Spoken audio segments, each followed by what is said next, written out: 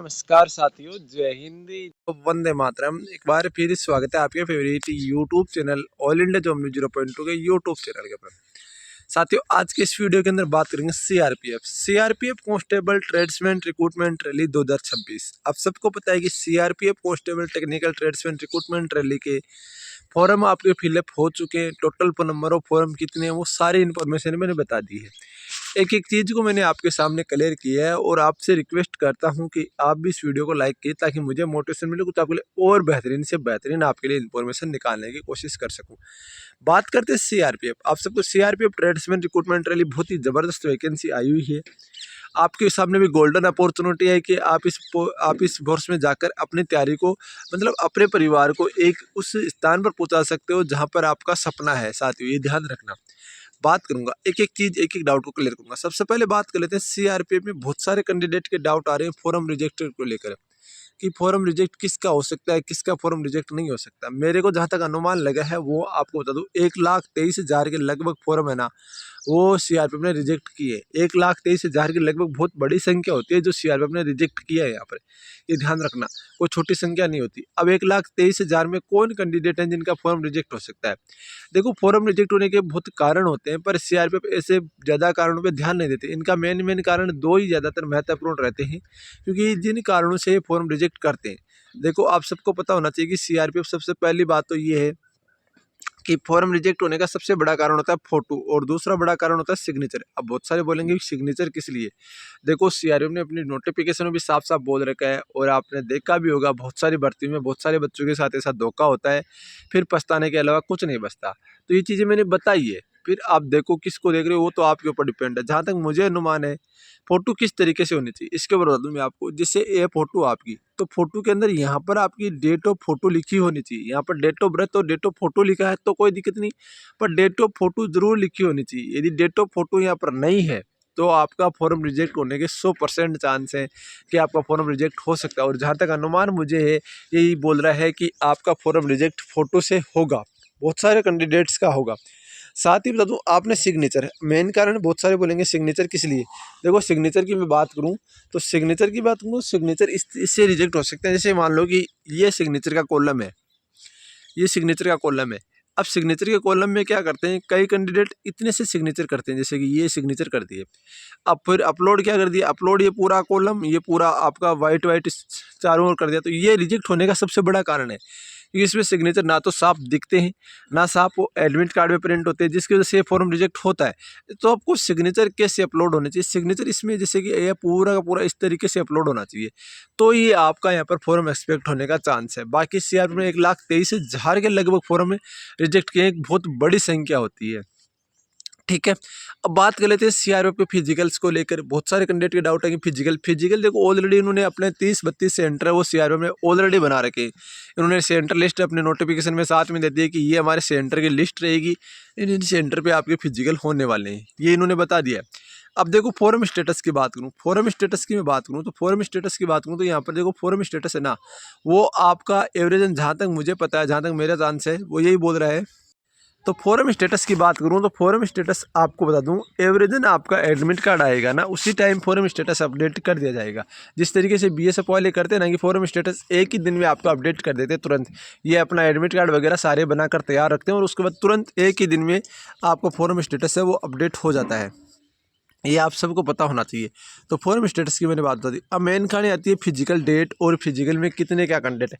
देखो, इस अब की बार क्या हुआ कि सरकारी नौकरी जिस तरीके से इन्होंने धांधली करना स्टार्ट किया ना, धांधली स्टार्ट हुई है सरकारी नौकरियों के अंदर, एक तरीके से रुझान कम हो गया है। क्योंकि जहाँ सीआरपीएफ कांस्टेबल ट्रेड्समैन ने 2025 के अंदर 22 से 23 लाख फॉर्म आए थे, अभी 9 लाख के अंदर ही आ गए। सोचो एक बार कि कितने कम फॉर्म है। तो एक बहुत बड़ा ये कारण रहा है कि धांधली की वजह से बहुत सारे बच्चों ने अप्लाई करना बंद कर दिया है।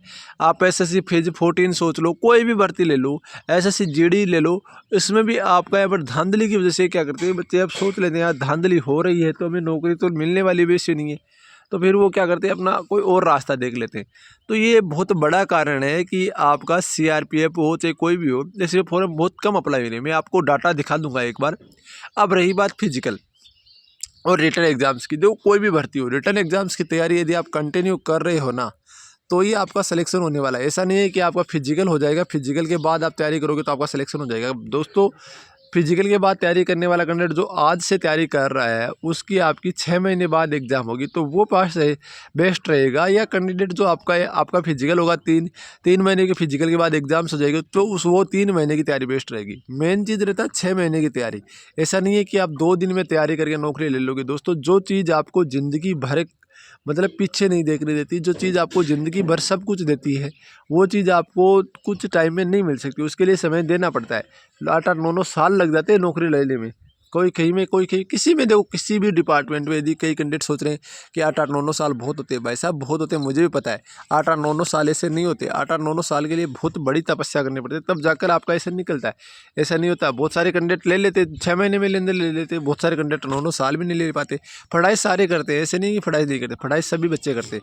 बात करते हैं अब देखो आपके आगे की। देखो ये जो 7,60,000 फॉर्म है ना, ये आप एवरेजन पूरे फिक्स डाटा है। ऐसा नहीं कि ज़्यादा, मैंने ये डाटा आपके लिए तैयार किया है। और इसमें से 1,23,000 फॉर्म रिजेक्ट है। साथियों, जो सोचो कि 1,23,000 एवरेजन जो फॉर्म बचेंगे ना, आप एक बार 6 लाख फॉर्म भी यहाँ पर बचने वाले हैं नहीं। तो आप सोचो एक बार 6 लाख फॉर्म भी आपके बचने वाले हैं नहीं। 6 लाख में से फिजिकल देने कितने जाएंगे? एवरेजन 2 से 3 लाख, और उसमें से भी आपके कैंडिडेट फेल हो जाएंगे। तो एवरेजन आपके 1 से 1,50,000 के लगभग ही कैंडिडेट एग्जाम देने वाले हैं। तो यही आपका डाटा रहने वाला है, ये ध्यान रखना। बात करूंगा मैं आपको उत्तर प्रदेश। देखो, सबसे हाईएस्ट कंपटीशन जो स्टेट्स है ना, वो उत्तर प्रदेश यूपी का है, उसके बाद बिहार का है, उसके बाद राजस्थान का है, फिर मध्य प्रदेश का, फिर हरियाणा, फिर पंजाब का। सबसे कम फॉर्म वाले राज्य बता दूँ, असम, त्रिपुरा और मेघालय, मिजोरम है। आपकी ये मैंने फिर आपके लिए यहाँ पर बताया है। जो आपका यहाँ पर रिपोर्ट है, संशोधित रिपोर्ट मैंने तैयार की है, पूरे के पूरे 7,60,000 फॉर्म के अकॉर्डिंग जो ट्रेड वाइज है वो रिपोर्ट अभी पूरी की पूरी तैयार है। मोटर मैकेनिक की देख सकते हो, एक सीट पर 21 बच्चे हैं, ड्राइवर की एक सीट पर 33 हैं, बिगुलर की एक सीट पर 52 है, धोबी की एक सीट पर 81 है, पेंटर की एक सीट पर 84 है, रसोईया कुक की एक सीट पर 95 है, बार्बर की एक सीट पर 98 बच्चे हैं, बढ़ई की एक सीट पर 127 बच्चे, सफाई कर्मचारी 149 है, टेलर की 160 है। इसके अलावा यहाँ पर देखो ध्यान रखना, जो आपका यहाँ पर ब्रासबैंड 199, जलोहा की 235 है, माली, गार्डनर, ये मोची, ये आपका सबसे ज़्यादा कंपटीशन अब की बार 456 कोबलर के अंदर रहने वाला है। ये तो हो गई बात आपकी। अब मेन खाने आती है फिजिकल डेट को लेकर। देखो, मैं फिजिकल डेट की बात करूँ, यदि CRPF फिजिकल अगस्त में नहीं कराती है ना, तो उसके बाद फिजिकल आपके यहाँ पर होने के बहुत कम चांस हैं, क्योंकि SSC GD का ट्रेनिंग कैलेंडर CISF ने जारी कर दिया है, और CISF ने ट्रेनिंग कैलेंडर वो जनवरी में जारी किया है। तो जाहिर सी बात है, जनवरी में यदि वो ट्रेनिंग कराएंगे तो आपका अगस्त या सितंबर में आपका फिजिकल लेना उनको पड़ेगा। और यदि SSC GD का फिजिकल स्टार्ट हो गया ना, तो CRPF ट्रेड्समैन का फिजिकल फिर आपका 2 महीने नहीं होगा। और जहाँ तक अनुमान यही मतलब लगाया जा रहा है कि जुलाई लास्ट, यानी कि 25 से 26 जुलाई के लगभग आपको कुछ ना कुछ अपडेट मिल सकती है, और उसके बाद में आपको यहाँ पर जानकारी मिल सकती है।